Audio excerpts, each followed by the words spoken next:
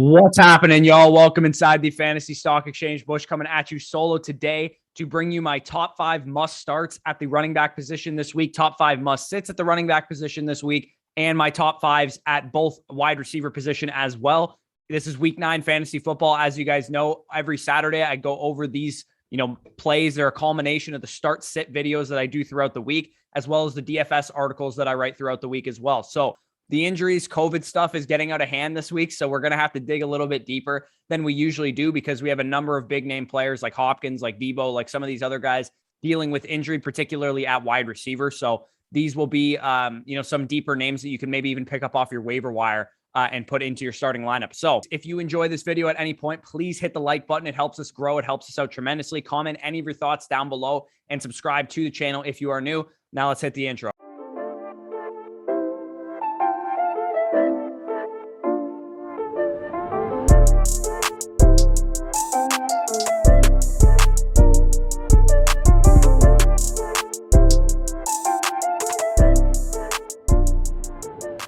Okay, so the running back position, the top 5 must starts at running back. You guys should see them on the screen right now. My number 1 must start running back this week is Devontae Booker. It looks like Devontae Booker is going to get one more week of handcuff value. Saquon Barkley has already been ruled out, dealing with COVID concerns that he had throughout the week, and also still the ankle injury that he's dealing with. It only makes sense, in my opinion, for the Giants to rest him one more week because they do have a bye week in week 10, meaning that if he doesn't play this week, he'll get 2 weeks of rest, which makes complete sense to me. So it is wheels up for Devontae Booker yet again. Devontae Booker saw 21 opportunities in a neutral game script against the Kansas City Chiefs on Monday night. As I talked about last week, Devontae Booker had been a guy that wasn't involved when they were getting blown out by the Rams, but it was a blowout loss. You kind of expect that sometime, but in a neutral game script situation environment that we saw on Monday night, he was involved the whole way. 21 opportunities, 6 of them targets. Giants are 3-point home underdogs in this game, and the Raiders are allowing a top 5 adjusted fantasy points to the running back position. So again, this game should be close. I don't expect the Raiders to blow them out with everything they've been going through the past week. So I'm totally 100% confident in Devontae Booker this week. The second guy on this list is Myles Gaskin. He's a must-start running back for me this week as well. He saw nearly 60% of the snaps and 60% of the carries last week, as well as 20% of the targets per route run that he was on the field for. He was running about 50% of the team's routes per dropback. With Malcolm Brown out of the backfield, he's on IR for the next couple of weeks.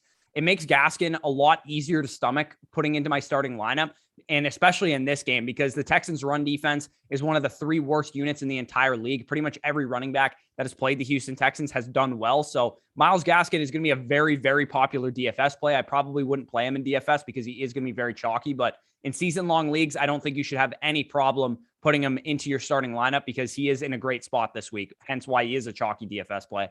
Number 3 on this list, Chase Edmonds. He's a guy that is currently been running 61% of the routes over the course of the season, and he's had games of 70, 80% of the routes. The reason I like Chase Edmonds this week, and if Kyler Murray was playing this, I would still like Chase Edmonds, but people are going to be shying away from Chase Edmonds without Kyler Murray in the lineup, and I think with Colt McCoy potentially starting this game, Edmonds is likely to get more targets than usual because Colt McCoy isn't as mobile as Kyler Murray, obviously, and it also looks like DeAndre Hopkins will be out as well. So the fact that you got, less mobile quarterback, no DeAndre Hopkins on the outside, there's probably going to be a bit of a struggle to generate offense in this game. And Chase Edmonds is an easy target for Colt McCoy to hit out of the backfield. So I think he'll have a pretty solid game in this one. Tony Pollard is the 4th guy on this list. Pollard and Zeke are both excellent plays. Obviously, Zeke Elliott being a top 5, top 10 play at running back this week. The Cowboys are favored by 10 points in this game against the Broncos.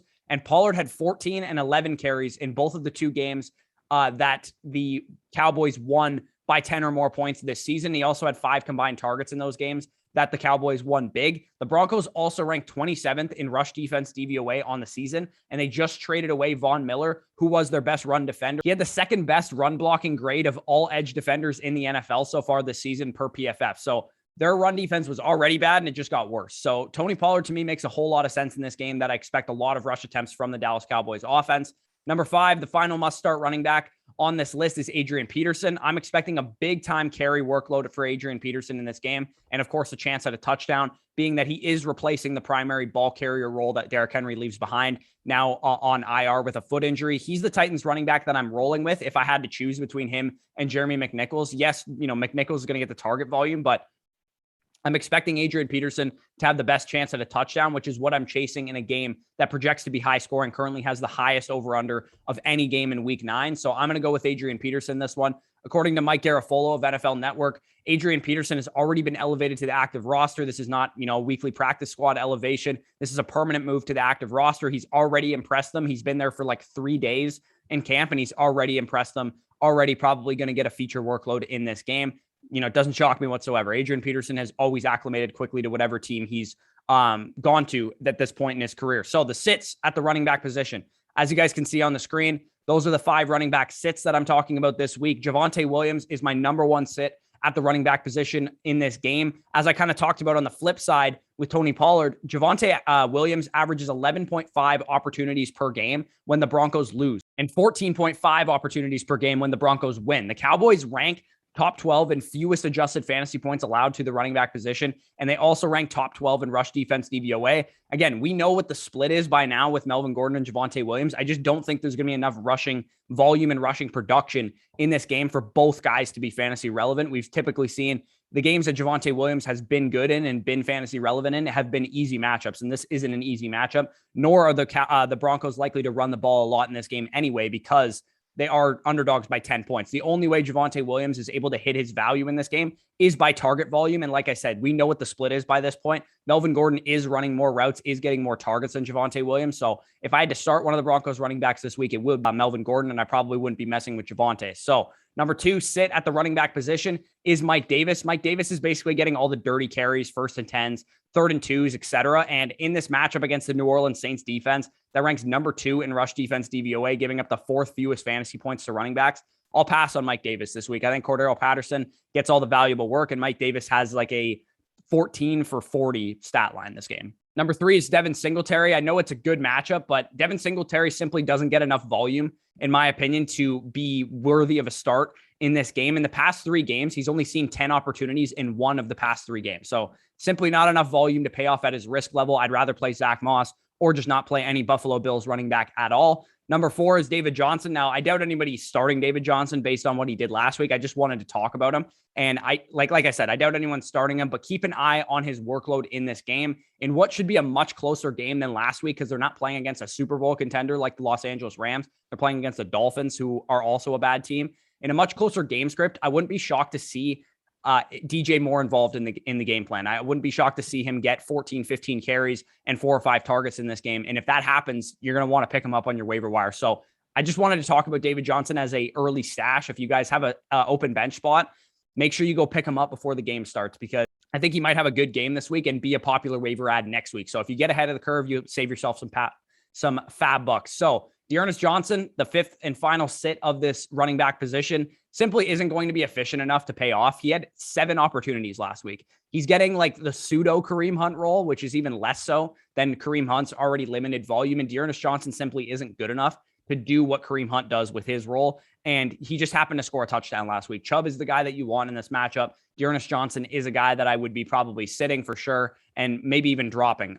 So wide receiver position, must start wide receivers. As you guys can see on the screen, my top 5 must start wide receivers. I lumped both Emmanuel Sanders and Cole Beasley as just Bills wide receivers. Of course, you know to start Stephon Diggs, but this Jags defense is absolutely horrid. It's absolutely terrible. Sanders and Beasley are absolutely free cash this week, in my opinion. This defense ranks 32nd in pass defense DVOA, 32nd in adjusted fantasy points allowed to quarterbacks, 31st in PFF coverage grade, 31st in yards per attempt allowed. This is a very, very easy matchup for Cole Beasley, Emmanuel Sanders, Stephon Diggs, and Josh Allen. So you can't sit these guys. With the projected game script, how fast of a pace that the Bills run their offense, and how easy of a matchup this is, I'm expecting a 40-point outing from Josh Allen. And if he has that type of game, we're going to see Cole Beasley, Emmanuel Sanders, Stephon Diggs. 1 or 2 or 3 of these guys are going to be valuable for fantasy this week. Number 2, must-start wide receiver is Devontae Smith. The Chargers currently rank as one of the toughest matchups against wide receivers, but the silver lining is that both Asante Samuel Jr.,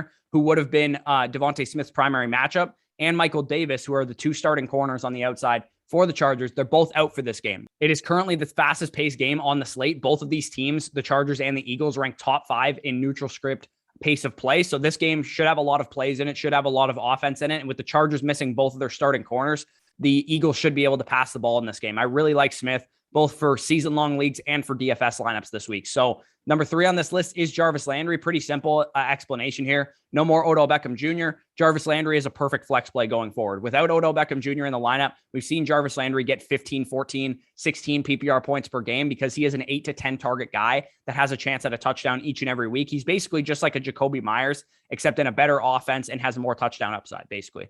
Now, on to the 4th guy, and that is Hunter Renfrow. You could probably just copy and paste the entire argument that I made for Jarvis Landry onto Hunter Renfrow. With Henry Ruggs no longer in town, that frees up some targets in the offense. Hunter Renfrow does have a very easy matchup this week, going up against the Giants secondary and Darnay Holmes, who's just been terrible in coverage this year. In DFS, he's going to be a pretty chalky play. So if you want to steer clear of him in DFS, I understand. But in season-long leagues, this is a top 36 wide receiver for me on the week. Now, 5th and final must-start wide receiver of the video is Rondale Moore. Rondale Moore's biggest problem has been playing time. It's been not being on the field, running routes, and commanding targets. With no Hopkins in this game, most likely, what they're probably going to do, the Cardinals, they're probably going to move Christian Kirk to the outside and move Rondale Moore as the primary slot receiver in this game. And yes, it's Colt McCoy playing quarterback, so it definitely devalues Rondale Moore being on the field more without Kyler Murray out there, but I still like Rondale Moore as a top 40 play this week and a good guy to play in DFS if you need a contrarian play as well. All right, on to the must-sit wide receivers. And the first one is Laviska Shenault. Laviska Shenault is not only being phased out of this offense in favor of a guy like Jamal Agnew, who's like a special teams player who's actually running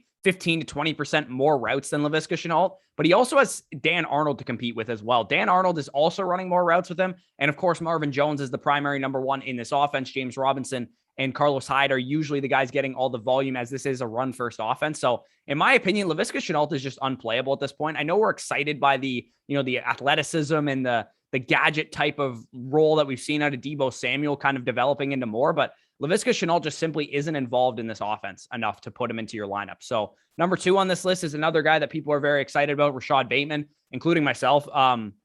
The thing with Rashad Bateman this week, though, is that he is dealing with injury. We've kind of heard, whispers that he might be limited in this game. And number 2 is that Sammy Watkins is coming back, and we haven't seen both Rashad Bateman and Sammy Watkins on the field together. So we don't really know if they're going to play Sammy Watkins because he's the veteran. We don't know how Bateman fits into the offense with Sammy Watkins out there. So in my opinion, he's too risky to start both in season-long leagues and in DFS, considering he's going to be a popular stacking partner with Lamar Jackson in this game. So number 3 is Bryan Edwards. Bryan Edwards will be very popular for people to pick up off their waiver wire and just throw into their lineup because Bryan Edwards now doesn't have Henry Ruggs to compete with downfield for targets, but he is expected to be shadowed by James Bradbury in this game. Plus, Henry Ruggs' departure doesn't really do a whole lot for me for Bryan Edwards because, 1, Edwards hasn't shown the ability to command targets anyway. He hasn't been involved in the offense to the extent that Waller and Hunter Renfrow have been. And 2, Henry Ruggs was only a 4, 5, 6 target per game guy. So that doesn't, it's not like DeAndre Hopkins is out of the offense and it frees up 11 targets per game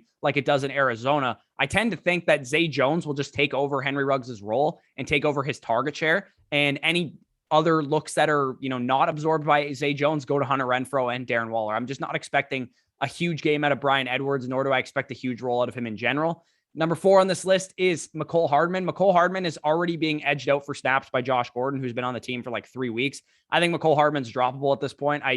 He isn't an NFL wide receiver. He's a special teams player, kick returner, guy like that, but he's just not a guy that is overly involved in his offense. He'll have 3 or 4 big plays a year, but that's about it. So Hardman's not a guy that I'm willing to throw into my lineup. Plus, this Chiefs offense has been playing a little worse than usual lately. So number 5 on this list is, of course, the Bears wide receivers. They make the appearance every single week on this list, it seems, but we still can't start Darnell Mooney, and we still can't start Allen Robinson at this point.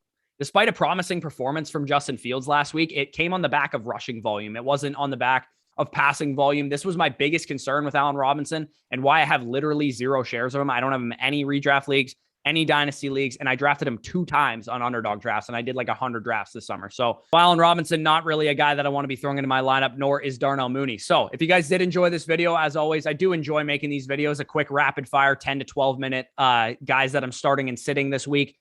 If you got some value from this video, please go down to the bottom of the screen, like I said, and hit the like button. While you're down there, hit the subscribe button, turn those notifications on as well. Comment any of your thoughts down below also. And if you guys want access to our weekly rankings, our dynasty rankings, our rest of season rankings, you can go to our website, thefantasystockexchange.com. You can get them outright for $20. You can go to underdogfantasy.com and deposit using promo code FSE. That'll get you access to our rankings as well as a 100% deposit bonus for using our code, or you can become a Patreon, patreon.com/fantasy stock exchange. Peace out, guys. I'll talk to you soon.